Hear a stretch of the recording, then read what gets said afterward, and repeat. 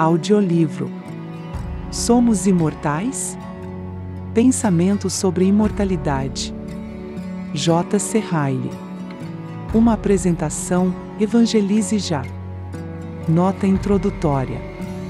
As seguintes páginas contêm o conteúdo de um sermão que preguei, a convite, na nave da Catedral de Peterborough, no quarto domingo do Advento de 1877, o conteúdo, e não as palavras exatas. A verdade simples é que o sermão não foi destinado à publicação. Foi pregado a partir de notas e foi um daqueles discursos populares que não suportam uma reportagem precisa. Um estilo de linguagem que satisfaz o ouvido quando ouvido, raramente satisfará a mente quando lido. Ao receber um relatório manuscrito do editor, descobri que seria necessário muito mais trabalho para condensar, corrigir, paragrafar, pontuar e preparar o sermão para a imprensa do que para escrevê-lo grosseiramente a partir das minhas próprias notas e memória. Por falta de tempo, não tive alternativa a não ser adotar este curso, ou recusar completamente a publicação. O resultado é que o leitor tem diante de si o assunto, a ordem, os cabeçalhos, a organização e os principais pensamentos e frases do meu sermão, mas não, repito, as palavras exatas. Espero que ele esteja satisfeito com isso. O pós-fácil que segue o sermão é uma breve tentativa de lançar luz sobre um assunto que está preocupando a mente de alguns cristãos nos dias de hoje. Esse assunto é o estado futuro, ou estado após a morte. Claro que em um livro pequeno como este, o leitor não deve esperar encontrar esse assunto profundo tratado de forma exaustiva. Mas arrisco a dizer que forneci algumas razões simples pelas quais os caminhos antigos sobre o estado futuro não devem ser abandonados levianamente. Também dei os nomes de livros nos quais informações mais completas podem ser obtidas. As novidades na teologia são sempre atraentes. Novas visões, como as atualmente propostas sobre o estado futuro, são, à primeira vista, ilusórias, plausíveis e muito atrativas. Mas, com todo o respeito pelos defensores de ensinamentos mais novos, amplos e liberais, assim chamados, não vejo nada neles que resista ao teste da investigação calma à luz da Bíblia. O antigo é melhor. J.C. Ryle, Palace, Liverpool, 19 de abril de 1883. Reflexões sobre a imortalidade. Por isso nós não prestamos atenção para as coisas visíveis, mas sim para as invisíveis, porque as coisas visíveis são temporárias, mas as invisíveis são eternas. 2 Coríntios 4, verso 18. Um assunto destaca-se na superfície deste texto, que é um dos mais solenes e que penetra o coração na Bíblia. Esse assunto é a eternidade ou a imortalidade. O assunto é um daqueles que o homem mais sábio só pode entender um pouco. Não temos olhos para vê-lo completamente, nem linha para sondá-lo, nem mente para compreendê-lo totalmente, ainda assim, não podemos recusar a considerá-lo. Existem profundidades estelares nos céus acima de nós que o telescópio mais poderoso não pode penetrar, no entanto, é bom olhar para elas e aprender algo, mesmo que não possamos aprender tudo. Existem alturas e profundidades sobre o assunto da eternidade que o homem mortal nunca poderá compreender, mas Deus falou sobre isso e não temos o direito de ignorá-lo completamente. O assunto é um ao qual nunca devemos abordar sem a Bíblia em nossas mãos. No momento em que nos afastamos da palavra escrita de Deus, ao considerarmos a eternidade e o estado futuro do homem, corremos o risco de cair em erro. Ao examinarmos pontos como esses, não temos nada a ver com noções preconcebidas sobre o caráter de Deus e o que pensamos que Deus deveria ser ou fazer com o homem após a morte. Temos apenas que descobrir o que está escrito. O que diz a Escritura? O que diz o Senhor? É um trabalho insano nos dizer que devemos ter pensamentos nobres sobre Deus, independentes e acima da Escritura. A religião natural logo chega a um impasse aqui. Os pensamentos mais nobres sobre Deus que temos o direito de ter são os pensamentos que Ele teve a gentileza de revelar a nós em Sua palavra escrita. Peço a atenção de todos em cujas mãos este sermão possa cair, enquanto ofereço alguns pensamentos sugestivos sobre a eternidade.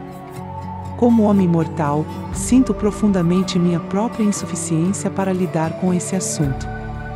Mas oro para que Deus, o Espírito Santo, cuja força se aperfeiçoa na fraqueza, abençoe as palavras que escrevi e as torne sementes de vida eterna em muitas mentes. Vivemos em um mundo onde todas as coisas são temporais e passam. O homem deve ser cego de fato para não perceber isso. Tudo ao nosso redor está se deteriorando, morrendo e chegando ao fim. Há um sentido, sem dúvida, em que a matéria é eterna. Uma vez criada, ela nunca perecerá completamente. Mas, em um sentido prático e popular, não há nada imortal em nós, exceto nossas almas. Não é de admirar que o poeta diga: mudança e decadência em tudo ao meu redor eu vejo. Ó tu que não mudas, permanece comigo. Todos nós estamos indo, seja alto ou baixo, gentil ou simples, rico ou pobre, velho ou jovem. Todos nós estamos indo e em breve estaremos indo embora. A beleza é apenas temporal. Sara já foi a mais bela das mulheres e a admiração da corte do Egito. No entanto, um dia chegou em que até mesmo Abraão, seu marido, disse: peregrino e estrangeiro sou entre vós, dá-me propriedade de sepultura convosco, e sepultarei minha falecida de diante de mim. Gênesis 23, verso 4. A força do corpo é apenas temporal. Davi já foi um poderoso homem de valor, o matador de leão e urso, e o campeão de Israel contra Golias. Ainda assim, um dia chegou em que Davi teve que ser cuidado e assistido em sua velhice como uma criança. Sabedoria e poder do cérebro são apenas temporais. Salomão já foi um prodígio de conhecimento, e todos os reis da terra vieram para ouvir a sua sabedoria. Ainda assim, até mesmo Salomão em seus últimos dias agiu extremamente como um tolo e permitiu que suas esposas afastassem seu coração. Essas verdades, por mais humilhantes e dolorosas que possam parecer, são boas para nós reconhecermos e guardarmos em nossos corações. As casas em que vivemos, os lares que amamos, as riquezas que acumulamos, as profissões que seguimos, os planos que fazemos, as relações que estabelecemos, tudo isso é apenas temporário. As coisas que se veem são temporais. A aparência deste mundo é passageira. 1 Coríntios 7, verso 31. Essa reflexão deveria despertar todos aqueles que estão vivendo apenas para este mundo. Se a consciência deles não estiver completamente cauterizada, ela deveria provocar grandes buscas no coração. Cuidado com o que você está fazendo. Acorde para ver as coisas em sua verdadeira luz antes que seja tarde demais. As coisas pelas quais você vive agora são todas temporárias e passageiras. Os prazeres, as diversões, as recreações, as festas, os lucros, as profissões terrenas, que agora absorvem todo o seu coração e mente, logo acabarão. Eles são coisas efêmeras e pobres que não podem durar. Não os ame demais, não os agarre com muita força, não faça deles seus ídolos. Você não pode mantê-los e deve deixá-los. Busque primeiro o reino de Deus e todas as outras coisas serão acrescentadas a você. Pensai nas coisas de cima, não nas que estão na terra. Colossenses 3, verso 2. Você que ama o mundo, seja sábio a tempo. Nunca se esqueça de que está escrito: o mundo passa, e também a sua cobiça, mas aquele que faz a vontade de Deus permanece para sempre. 1 João 2, verso 17. O mesmo pensamento deve alegrar e confortar todo cristão verdadeiro. Suas provações, cruzes e conflitos são todos temporários. Eles logo terão um fim, e mesmo agora estão trabalhando para você com um peso eterno de excelentíssima glória. 2 Coríntios 4, verso 17. Aceite-os pacientemente, suporte-os silenciosamente, olhe para cima, para frente, para além deles. Lute sua luta diária com a convicção de que é apenas por pouco tempo e que o descanso não está longe. Leve sua cruz diária com a lembrança de que é uma das coisas visíveis que são temporárias. A cruz logo será trocada por uma coroa e você se sentará com Abraão, Isaque e Jacó no reino de Deus. Estamos todos caminhando em direção a um mundo onde tudo é eterno. Aquela grande e invisível existência que se encontra além do túmulo é para sempre. Seja feliz ou miserável, seja de alegria ou tristeza, em um aspecto é completamente diferente deste mundo, é para sempre. Lá, pelo menos, não haverá mudanças ou decadência, fim ou despedidas, manhãs ou noites, alterações ou aniquilação. O que quer que haja além do túmulo, quando a última trombeta soar e os mortos ressuscitarem, será interminável, eterno. As coisas invisíveis são eternas.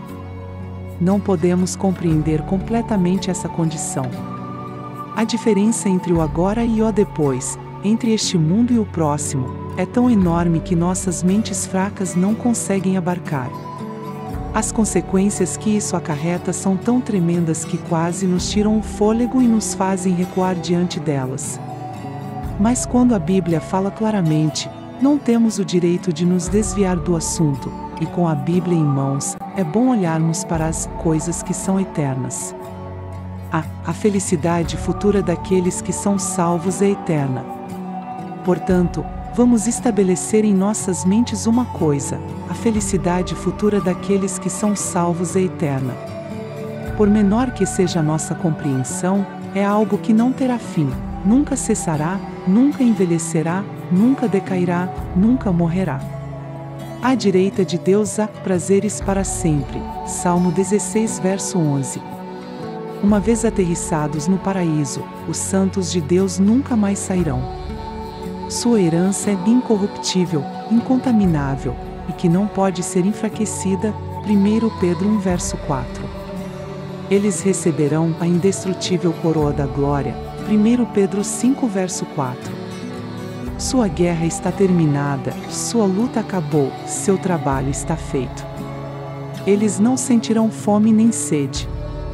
Eles estão viajando em direção a um peso eterno de glória, em direção a uma casa que nunca será desfeita, a um encontro sem separação, a uma reunião de família sem divisão, um dia sem noite.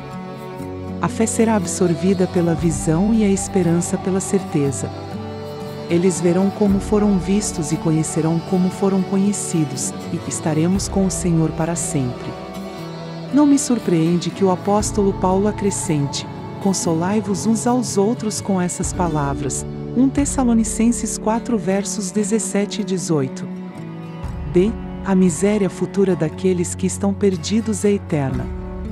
Vamos estabelecer, para outra coisa, em nossas mentes, que a miséria futura daqueles que estão perdidos é eterna. Esta é uma verdade terrível, eu sei, e a carne e o sangue naturalmente encolhem diante da contemplação disso.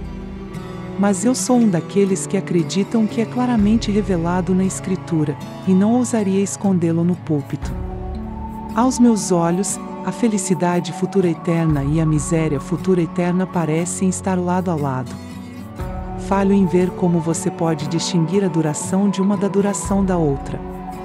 Se a alegria do crente é para sempre, a tristeza do incrédulo também é para sempre. Se o céu é eterno, também o é o inferno. Pode ser minha ignorância, mas não sei como se pode evitar essa conclusão. Não posso conciliar a não eternidade do castigo com a linguagem da Bíblia. Seus defensores falam alto sobre amor e caridade, e dizem que não se harmoniza com o caráter misericordioso e compassivo de Deus. Mas o que diz a Escritura? Quem já falou palavras tão amorosas e misericordiosas como nosso Senhor Jesus Cristo? No entanto, são os lábios dele que 3 vezes descrevem a consequência da impenitência e do pecado como onde seu verme não morre, e o fogo nunca se apaga. Ele é a pessoa que fala em uma sentença sobre os ímpios indo para o tormento eterno, e os justos para a vida eterna. Marcos 9 versos 43 a 48, Mateus 25 verso 46. Quem não se lembra das palavras do apóstolo Paulo sobre o amor? No entanto, é o próprio apóstolo que diz que os ímpios, os quais serão punidos com o castigo da eterna perdição, segundo Tessalonicenses 1 verso 9. Quem não conhece o espírito de amor que perpassa todo o Evangelho e epístolas de João? No entanto, o amado apóstolo é o próprio escritor do Novo Testamento que mais enfatiza, no livro do Apocalipse, a realidade e a eternidade do futuro infortúnio. O que diremos sobre essas coisas? Seremos mais sábios do que está escrito? Admitiremos o perigoso princípio de que as palavras na Escritura não significam o que parecem significar? Não é muito melhor colocarmos as mãos em nossas bocas e dizermos: tudo o que Deus escreveu deve ser verdadeiro? Sim, Senhor Deus Todo-Poderoso, verdadeiros e justos são os teus juízos. Apocalipse 16 verso 7. Não consigo conciliar a não eternidade do castigo com a linguagem do nosso livro de oração. A primeira petição em nossa incomparável litania contém esta frase: da condenação eterna, Senhor, livrai-nos. O catecismo ensina a toda criança que o aprende que, sempre que repetimos a oração do Senhor, desejamos que nosso Pai Celestial nos guarde do nosso inimigo espiritual e da morte eterna. Mesmo em nosso serviço fúnebre, oramos ao lado do túmulo: não nos entregues às dores amargas da morte eterna. Mais uma vez eu pergunto: o que devemos dizer a essas coisas? Devemos ensinar a nossas congregações que, mesmo quando as pessoas vivem e morrem em pecado, podemos esperar por sua felicidade em um futuro remoto? Certamente, o senso comum de muitos de nossos adoradores responderia que, se esse é o caso, as palavras do livro de oração não significam nada. Não reivindico nenhum conhecimento peculiar das Escrituras. Sinto diariamente que não sou mais infalível do que o bispo de Roma. Mas devo falar de acordo com a luz que Deus me deu, e não acho que cumpriria meu dever se não levantasse uma voz de alerta sobre esse assunto e tentasse colocar os cristãos em guarda. Há 6.000 anos, o pecado entrou no mundo pela ousada mentira do diabo: não morrereis, Gênesis 3 verso 4. No final de 6.000 anos, o grande inimigo da humanidade ainda está usando sua velha arma e tentando persuadir os homens de que podem viver e morrer no pecado e, ainda assim, em algum período distante, podem ser finalmente salvos. Não sejamos ignorantes de seus planos. Andemos firmemente nos caminhos antigos. Mantenhamos a velha verdade e acreditemos que, assim como a felicidade dos salvos é eterna, assim também a miséria dos perdidos. Há interesse de todo o sistema da religião revelada. Vamos manter isso firme no interesse de todo o sistema da religião revelada. Qual foi o objetivo de Deus ter seu Filho encarnado, agonizando no Getsêmani e morrendo na cruz para fazer expiação, se os homens podem ser salvos no final sem crer nele? Onde está a menor prova de que a fé salvadora no sangue de Cristo possa começar depois da morte? Qual é a necessidade do Espírito Santo, se os pecadores entrarão no céu no final sem conversão e renovação do coração? Onde podemos encontrar a menor evidência de que alguém pode nascer de novo e ter um novo coração se morrer em um estado não regenerado? Se um homem pode escapar do castigo eterno no final, sem fé no sangue de Cristo ou santificação do Espírito, o pecado não é mais um mal infinito, e não havia necessidade de Cristo fazer uma expiação. B. Pelo bem da santidade e da moralidade. Vamos mantê-lo firme pelo bem da santidade e da moralidade.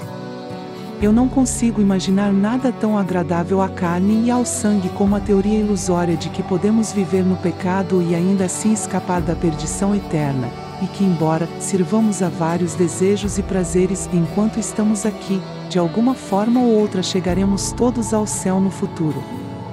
Diga apenas ao jovem que está desperdiçando sua essência em uma vida de excessos que há um céu no final, ou, pelo menos, que não há castigo eterno, mesmo para aqueles que vivem e morrem no pecado, e ele provavelmente nunca se afastará do mal.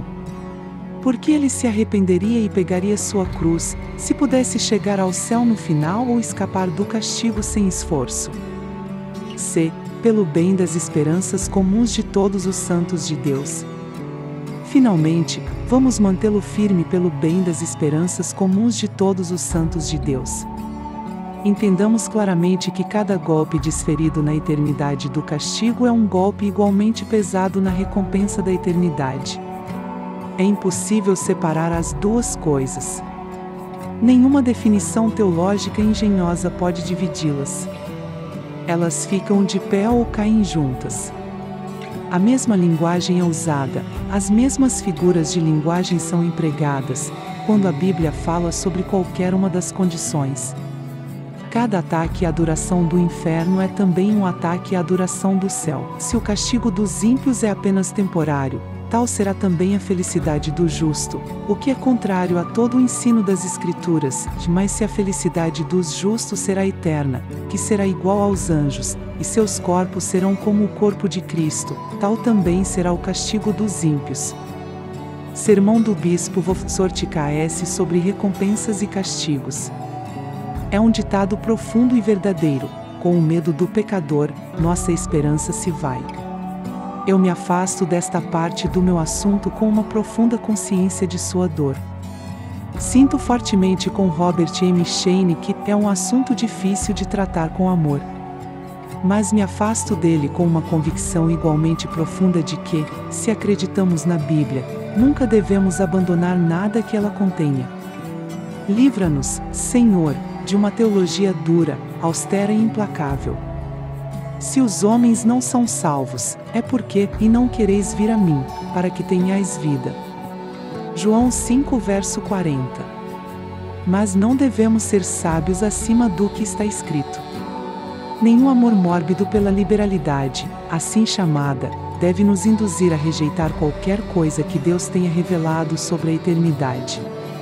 Às vezes, as pessoas falam exclusivamente sobre a misericórdia, o amor e a compaixão de Deus, como se ele não tivesse outros atributos, e deixam completamente de lado a sua santidade, a sua pureza, a sua justiça e a sua imutabilidade, e o seu ódio pelo pecado. Cuidado para não cairmos nessa ilusão. É um mal crescente nos últimos dias. Visões baixas e inadequadas da inexprimível vilania e imundície do pecado, e da inexprimível pureza do Deus eterno, são fontes férteis de erro sobre o estado futuro do homem. Pensemos no poderoso ser com quem temos que lidar, como ele mesmo declarou seu caráter a Moisés, dizendo: e passando o Senhor por diante dele, proclamou: Senhor, Senhor, forte, misericordioso e piedoso, tardio para a ira, e grande em benignidade e verdade, que guarda a misericórdia em milhares, que perdoa a iniquidade, a rebelião e o pecado.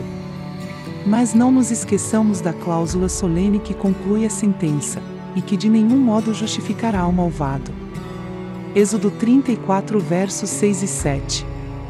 O pecado não arrependido é um mal eterno e nunca deixará de ser pecado, e ele, com quem temos que lidar, é um Deus eterno. As palavras do Salmo 145 são notavelmente belas. Piedoso e misericordioso é o Senhor, ele demora para se irar, e tem grande bondade.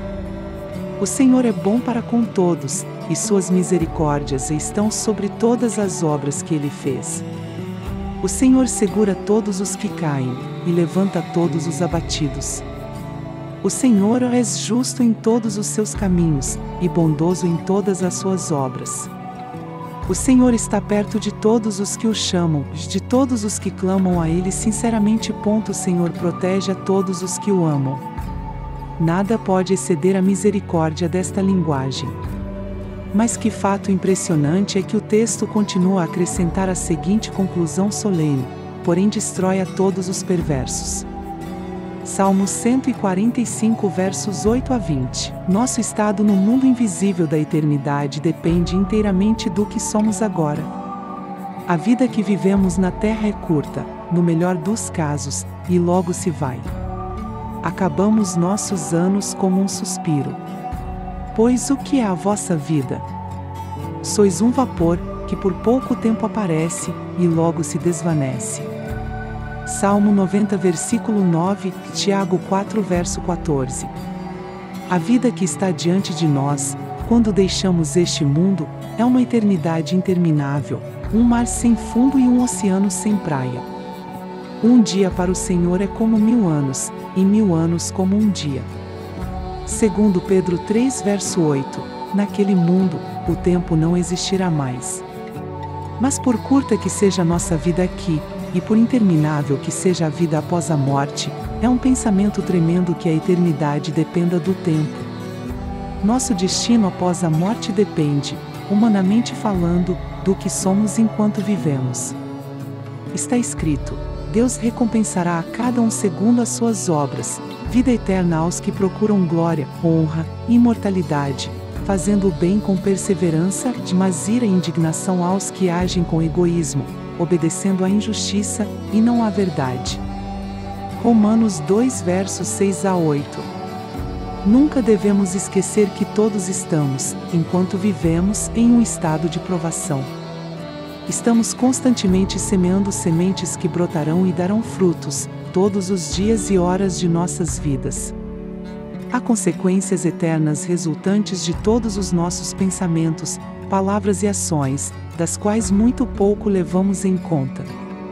Eu, porém, vos digo que de toda palavra imprudente que as pessoas falarem, dela prestarão contas no dia do juízo.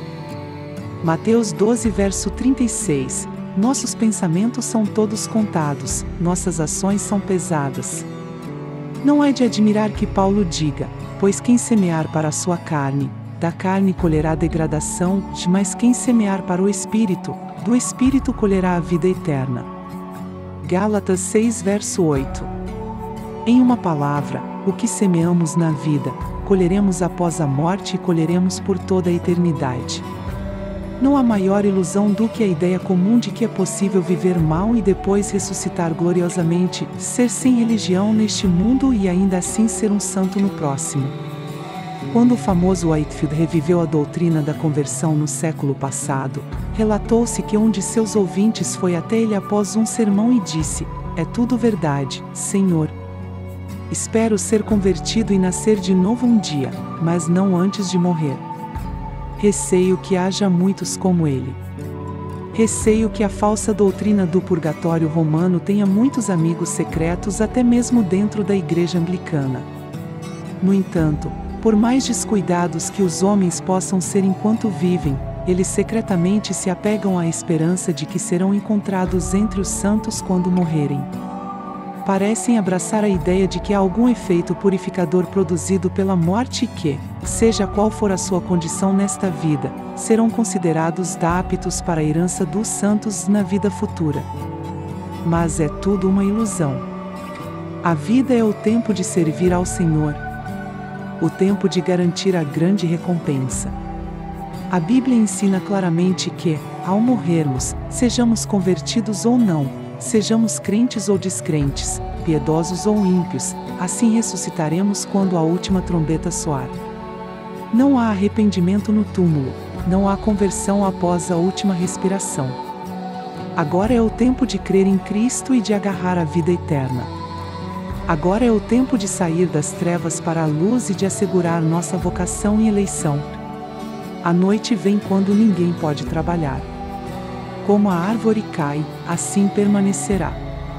Se deixarmos este mundo impenitentes e descrentes, ressuscitaremos da mesma forma na manhã da ressurreição e descobriremos que bom lhe fosse ao tal homem não haver nascido. Marcos 14 verso 21. Eu exorto cada leitor deste texto a lembrar disso e a fazer bom uso do tempo. Considere-o como a matéria-prima da vida e nunca o desperdice ou jogue fora. Suas horas, dias, semanas, meses e anos têm todos algo a dizer sobre uma condição eterna além do túmulo. O que você semeia na vida agora, certamente colherá em uma vida futura. Como diz o santo Baxter, é agora ou nunca. O que quer que façamos na religião deve ser feito agora. Lembre-se disso em seu uso de todos os meios de graça, do menor ao maior. Nunca seja descuidado com eles. Eles são dados para serem seus ajudantes em direção a um mundo eterno, e nenhum deles deve ser tratado descuidadamente ou leviana e irreverentemente manuseado. Suas orações diárias e leitura da Bíblia, seu comportamento semanal no dia do Senhor, sua maneira de passar pelo culto público, todas essas coisas são importantes. Use-as todas como alguém que se lembra da eternidade. Lembre-se disso, especialmente, sempre que você for tentado a fazer o mal. Quando os pecadores o incitarem e disserem, é apenas um pecadinho, quando Satanás sussurrar em seu coração, deixa pra lá, onde está o grande mal.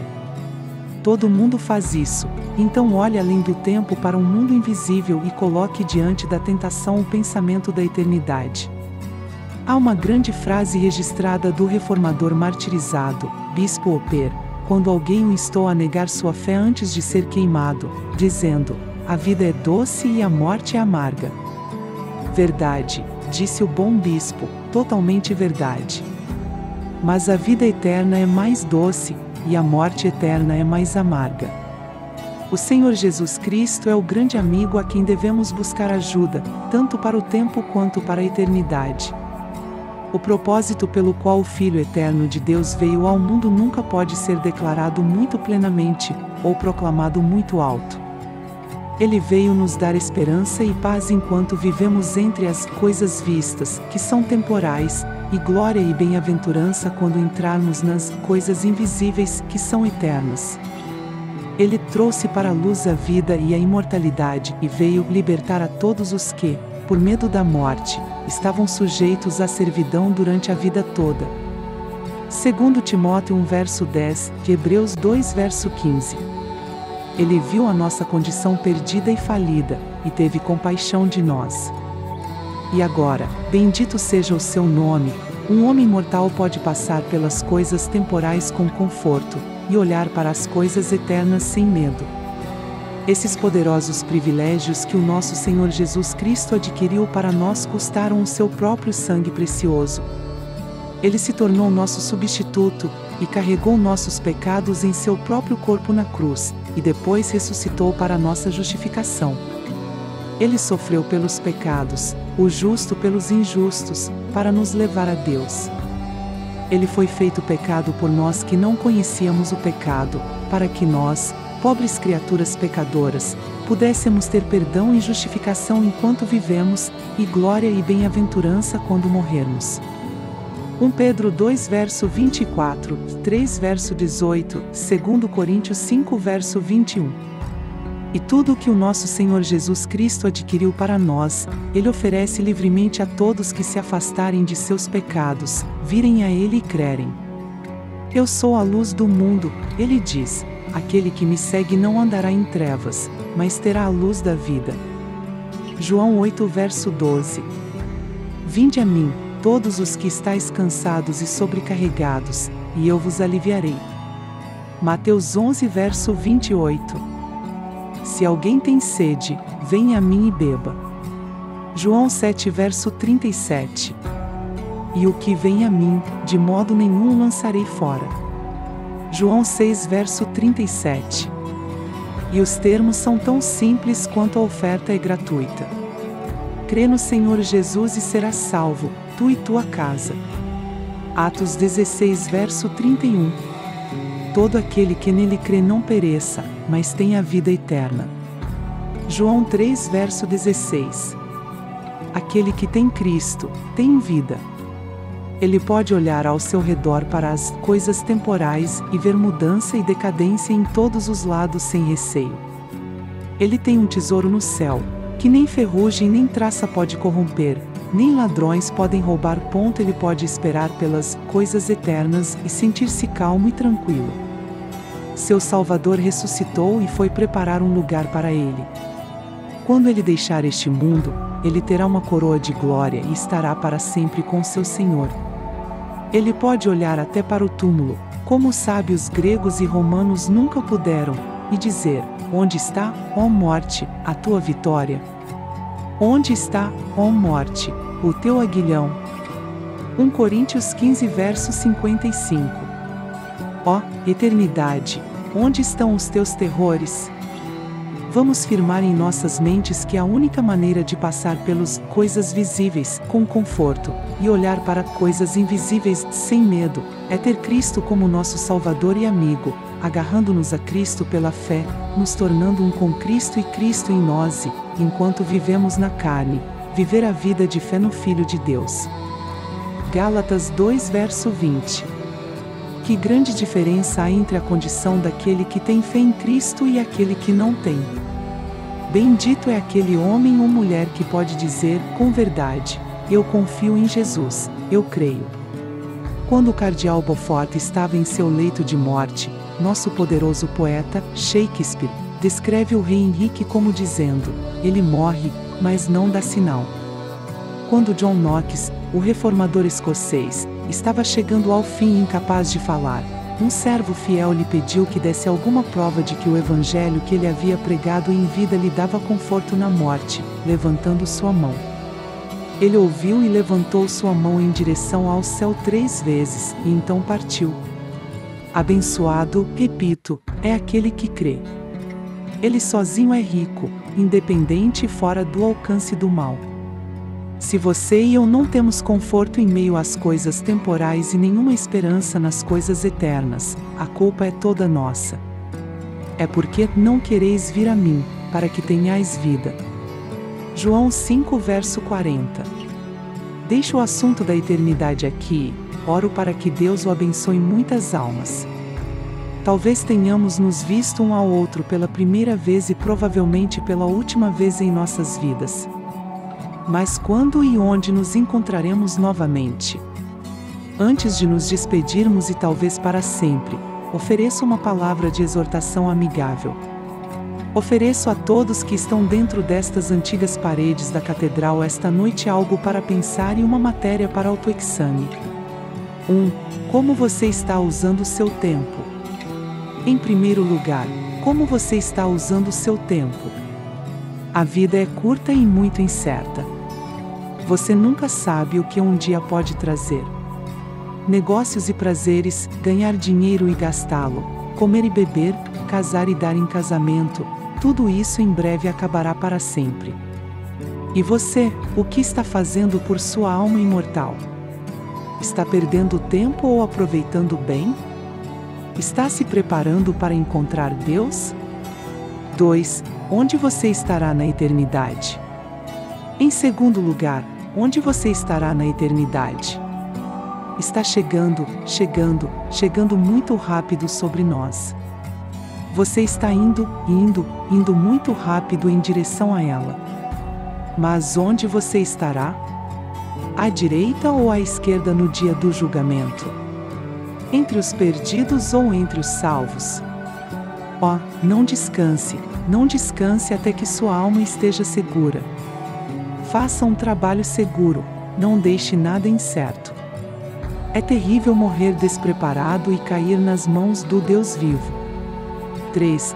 Você gostaria de estar seguro para o tempo e a eternidade? Em terceiro lugar, você gostaria de estar seguro para o tempo e a eternidade? Então, busque a Cristo e creia nele. Venha a Ele exatamente como você é, busque-o enquanto Ele pode ser encontrado, chame-o enquanto Ele está perto. Ainda há um trono da graça. Não é tarde demais. Cristo espera ser gracioso, Ele convida você a vir a Ele. Antes que a porta seja fechada e o julgamento comece, arrependa-se, creia e seja salvo. 4. Você gostaria de ser feliz? Por último, você gostaria de ser feliz? Agarre-se a Cristo e viva a vida de fé nele. Permaneça nele e viva perto dele.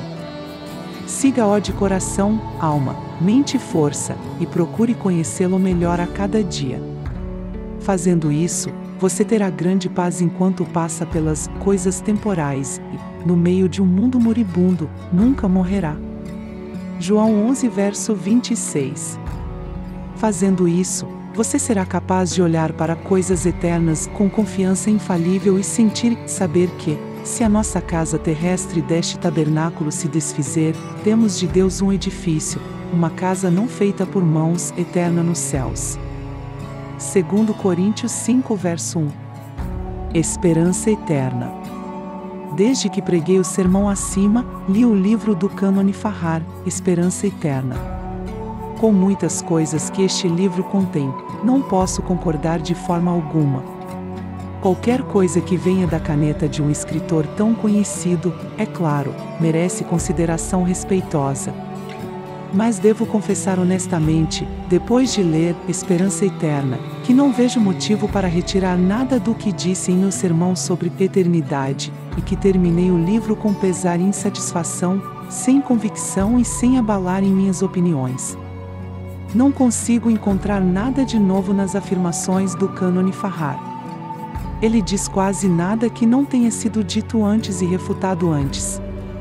Para todos os que desejam examinar plenamente o assunto da realidade e eternidade do castigo futuro, arrisco-me a recomendar 4 obras que são muito menos conhecidas do que deveriam ser e que me parecem mais sólidas e mais bíblicas do que Esperança Eterna. Um deles é de Orberi, Inquiriinto de Scripture Doctrine of the Duration of Future Punimenti. O segundo é Girdlestones das Iroi. O terceiro é Shields Unsaf Anchor. O quarto é um volume de ensaios americanos de vários escritores, Future Life. Nenhum desses livros jamais foi respondido, e arrisco-me a pensar que nunca serão. O livro do Bispo Pearson sobre o Credo, sob o título Resurrection e Eternal Life, também recompensará uma leitura cuidadosa. A verdade simples é que existem enormes dificuldades ligadas ao assunto do estado futuro dos ímpios, que o Cânone Farrar me parece deixar completamente intocado.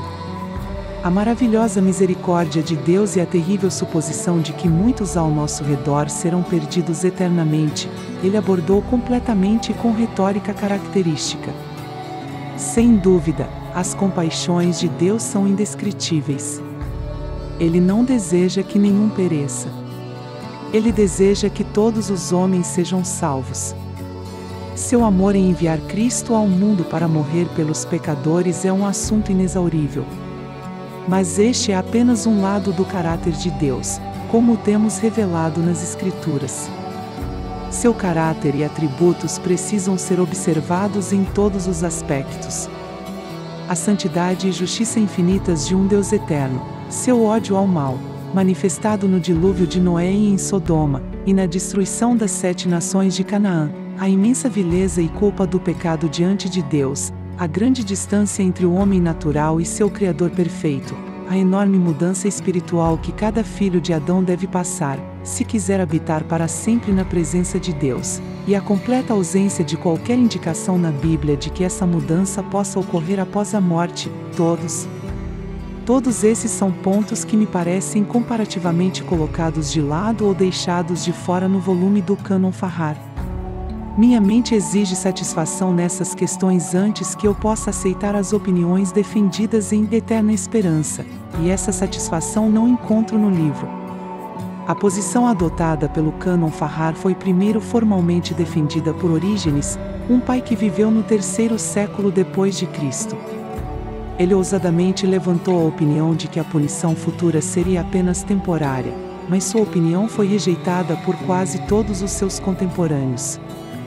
O bispo Wordsworth diz: os padres da Igreja na época de Orígenes e nos séculos seguintes, entre os quais muitos para quem a língua original do Novo Testamento era sua língua materna e que não poderiam ser enganados por traduções, examinaram minuciosamente a opinião e declarações de Orígenes e concordaram em grande parte em rejeitá-las e condená-las.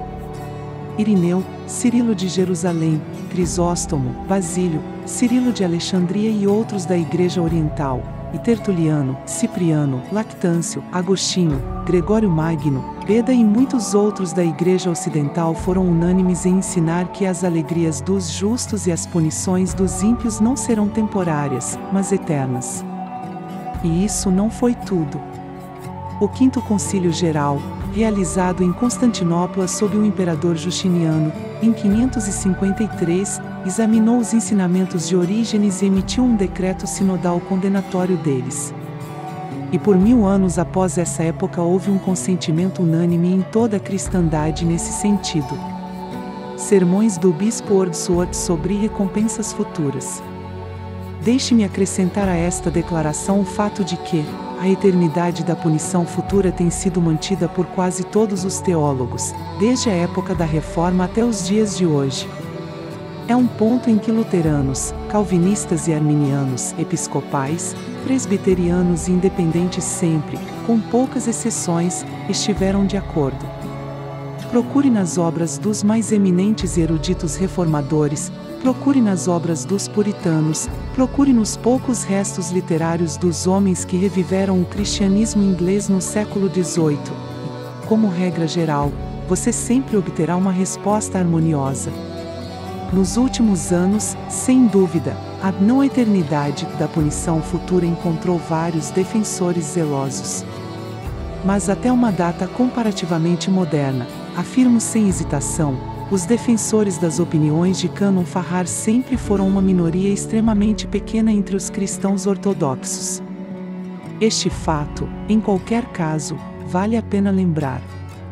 No que diz respeito às dificuldades que afligem a visão antiga, ou comum, do castigo futuro, admito sua existência e não pretendo explicá-las. Mas sempre espero encontrar muitos mistérios na religião revelada, e não me deixo abalar por eles. Vejo outras dificuldades no mundo que não consigo resolver, e estou satisfeito em esperar por sua solução.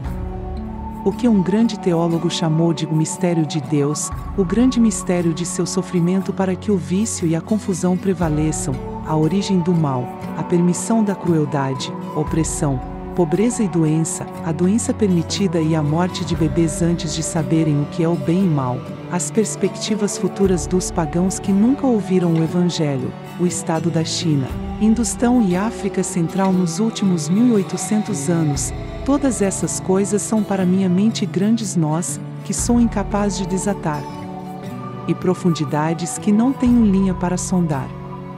Mas espero pela luz e não tenho dúvida de que tudo será esclarecido. Descanso no pensamento de que Deus é um ser de infinita sabedoria e está fazendo todas as coisas bem.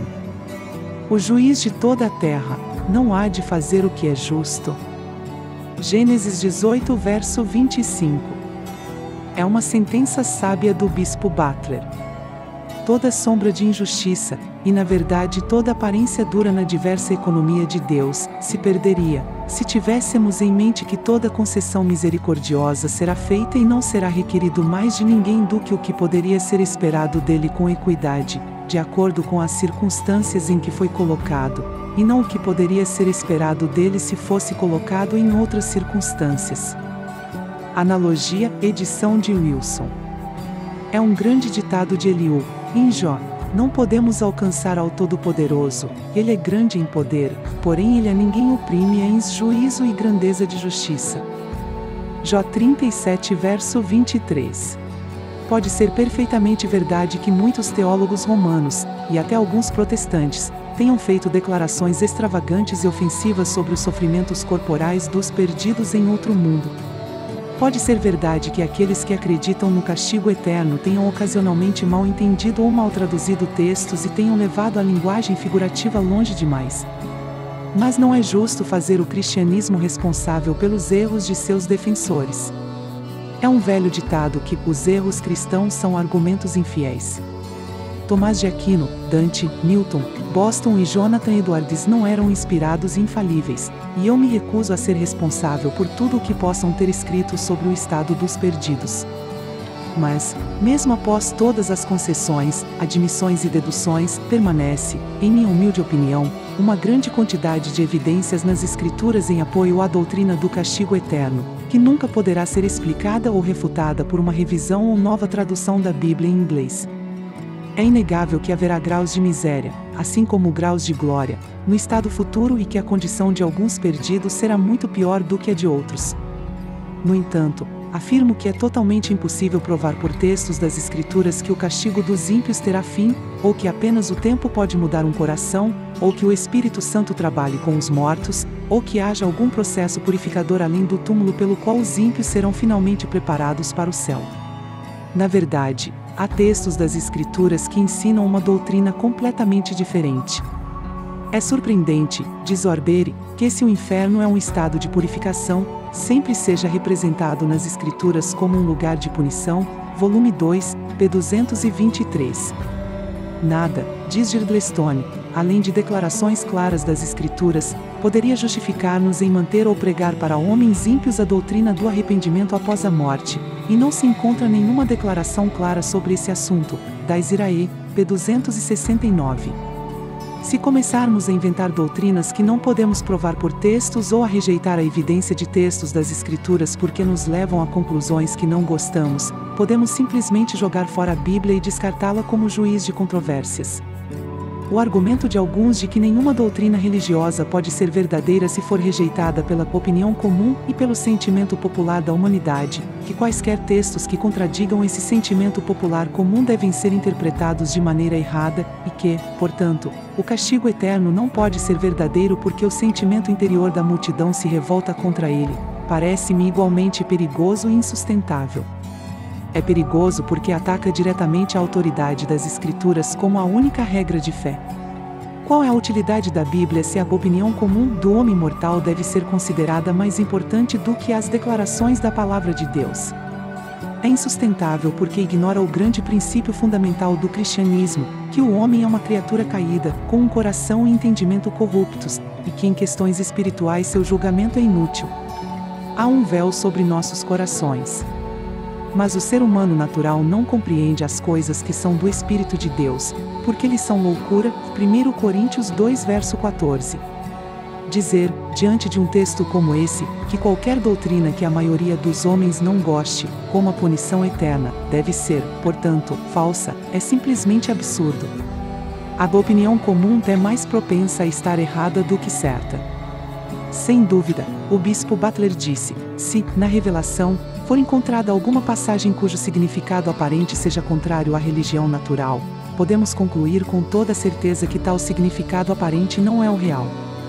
Mas aqueles que citam essas palavras triunfantemente fariam bem em observar a sentença que imediatamente segue, mas não é um grau de presunção contra uma interpretação das Escrituras, que tal interpretação contenha uma doutrina que a luz da natureza não possa descobrir. Analogia, parte I, capitão 2.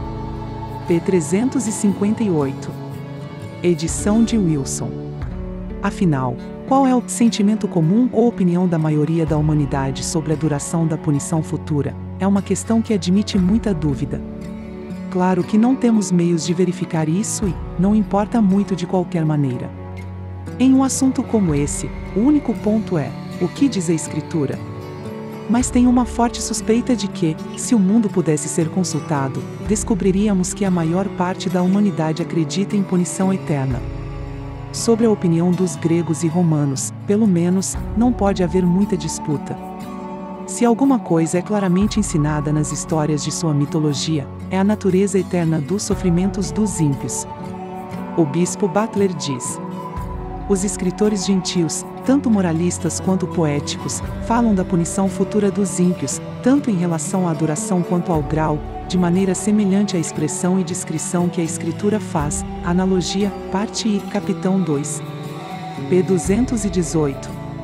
As estranhas e bizarras lendas de Tântalo, Sísifo, Ixion, Prometeu e as Danaides têm todas uma característica comum. Em cada caso, a punição é eterna. Isso é um fato que vale a pena notar. Vale o que vale. Mas mostra, pelo menos, que os oponentes da punição eterna não devem falar muito confiantemente sobre a opinião comum da humanidade. A doutrina da aniquilação dos ímpios assim que morrem, a qual muitos aderem, me parece tão completamente irreconciliável com as palavras do Senhor Jesus Cristo sobre ressurreição de condenação e as palavras de Paulo, que vai haver ressurreição dos mortos, tanto dos justos como dos injustos, João 5 verso 29, Atos 24 verso 15, que até que essas palavras possam ser provadas como não fazendo parte das Escrituras inspiradas, me parece mera perda de tempo argumentar sobre isso. O argumento favorito dos defensores desta doutrina, de que morte, morrer, perecendo, destruição, e coisas semelhantes, são frases que só podem significar cessação de existência, mal vale a pena ser notado. Todo leitor da Bíblia sabe que Deus disse a Adão, sobre a fruta proibida, porque no dia que dela comeres, morrerás. Gênesis 2 verso 17.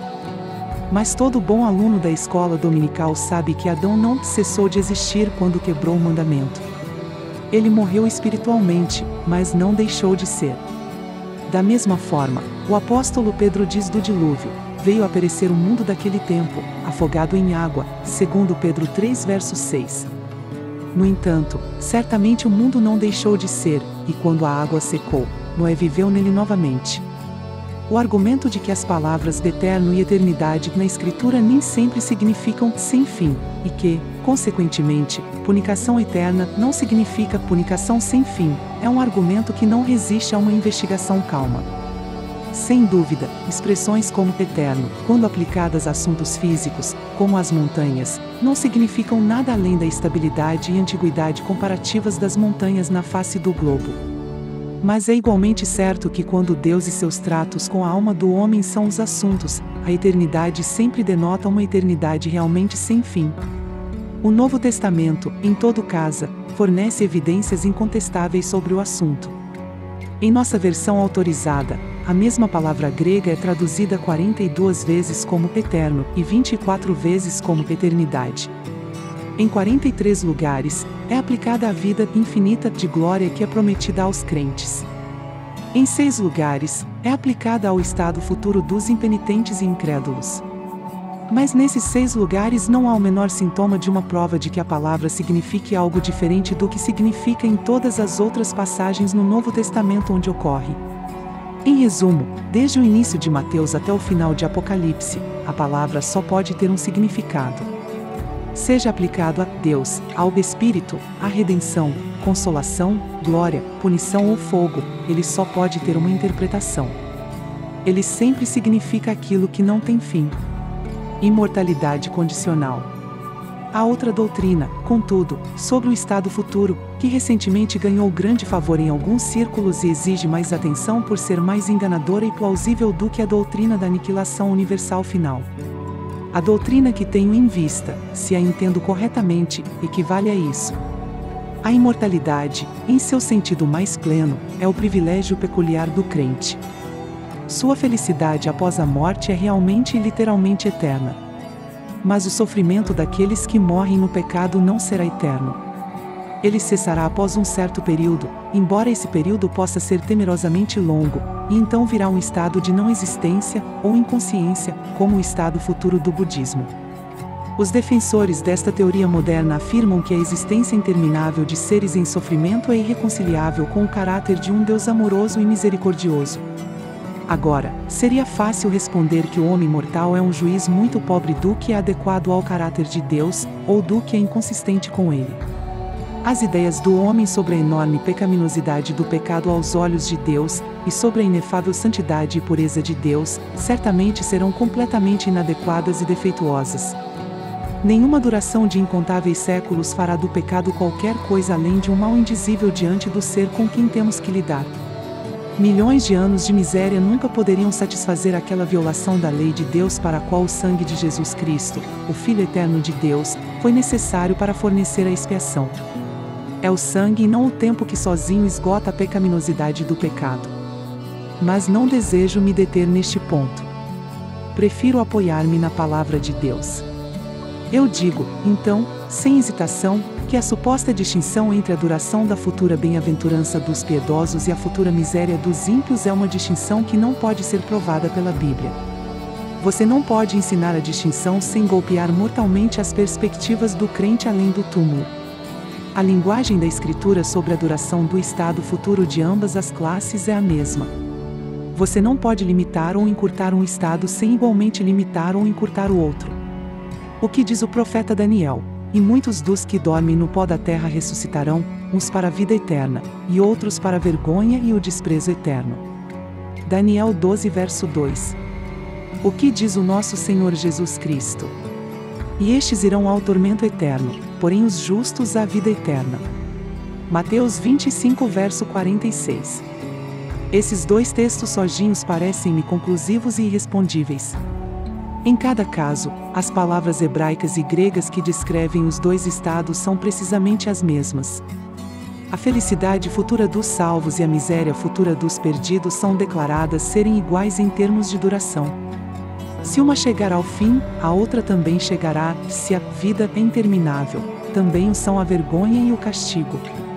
Aos meus olhos, ambos parecem igualmente intermináveis, eternos e perpétuos. Onde está o cristão que não ficaria chocado com a ideia de uma vida de bem-aventurança após a morte que um dia chegaria ao fim e cessaria? Qual crente que lê a Bíblia não se apega à ideia de que, após este mundo de mudança e decadência, haverá um mundo sem mudança? Que homem ou mulher piedoso, em meio a separações, cruzes, doenças e mortes, não se alegra com a ideia de um reino incorruptível, uma coroa que não desbota, um encontro sem separação, uma reunião sem separação, uma vida sem morte? E por quê? Simplesmente porque essas são coisas que são prometidas 100 vezes na palavra escrita de Deus. Toda essa riqueza de esperança deve ser abandonada e jogada fora se uma vez admitirmos as teorias modernas de alguns sobre o mundo vindouro. A futura coroa vai desaparecer. A futura reunião será interrompida. A futura glória vai se pôr. A futura vida será trocada pela extinção ou inconsciência. Que perspectiva mais infeliz e miserável! Mas não há alternativa se as palavras tiverem algum significado, com base no princípio de alguns professores modernos. Uma vez concedido que a punição eterna terá um fim, por analogia de raciocínio, você deve admitir que há um fim para a vida eterna. Uma vez derrubada a verdade do inferno eterno, você não pode sustentar a verdade do céu eterno. Eles se sustentam ou caem juntos. É um ditado profundo de Gregório Magno, citado pelo bispo Pearson: se o que Deus ameaçou não é verdadeiro, então o que ele prometeu também não é verdadeiro. Em suma, para usar as próprias palavras do bispo, a condição dos perdidos é inalterável, sua condenação é irreversível, seus tormentos inevitáveis, suas misérias eternas. Como eles não serão tirados de seu castigo pela aniquilação de si mesmos, o castigo não será retirado deles por qualquer compaixão. Suas pessoas continuarão para sempre nessa condição irremediável, sob uma dor eterna de perda, porque não há esperança no céu, e sob uma dor eterna de sentido, porque não há meios para aplacar a ira de Deus que permanece sobre eles. Pearson sobre o Credo, volume 1, p. 467. O raciocínio comum de alguns defensores dessa visão, que é chocante supor que Deus chama tantos seres à existência, que finalmente virão a uma miséria eterna, foi respondido há muito tempo com sabedoria pelo bispo Butler, e eu me contentarei em citar suas palavras.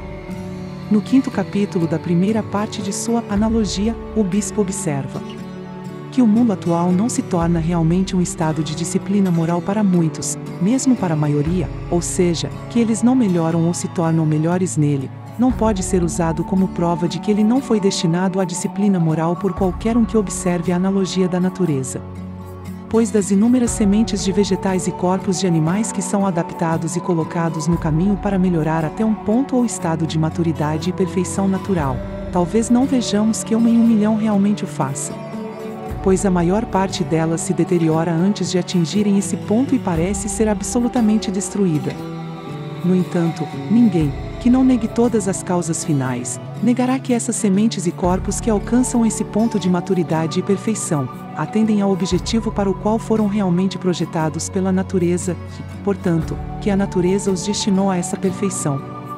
E eu não posso deixar de acrescentar, embora não seja para o presente propósito, que a aparência de um desperdício tão surpreendente na natureza, com relação a essas sementes e corpos, por causas externas, é para nós tão inexplicável quanto, o que é muito mais terrível, a ruína presente e futura de tantos agentes morais, por si mesmos, ou seja, pela vício. Conclusões finais. Eu agora concluirei este pós-escrito prolongado com um trecho de uma obra que enviei há 25 anos e que muitos leitores deste escrito provavelmente não viram. 1/4 de século passou desde que escrevi o trecho, e muitas vezes passaram por mim. Espero ser mais sábio de muitas maneiras. Eu fiquei ao lado de muitos túmulos, derramei muitas lágrimas, carreguei muitas cruzes, falei com muitos cristãos e li muitos livros. Mas não vejo motivo para alterar qualquer uma das opiniões que os parágrafos a seguir contêm ou para retirar a posição que adotei. Deixem que outros se calem sobre o inferno se quiserem, que eu não ousaria fazê-lo. vejo claramente nas Escrituras, e devo falar disso. Temo que milhares estejam no caminho largo que leva a ele, e eu gostaria de despertá-los para um senso do perigo que enfrentam. O que você diria do homem que visse a casa do seu vizinho em perigo de ser queimada e nunca gritasse a fogo? O que deveria ser dito de nós como ministros, se nos chamamos de sentinelas para as almas e ainda vemos os incêndios do inferno rugindo ao longe e nunca damos o alarme? Chamem isso de mau gosto, se quiserem falar sobre o inferno.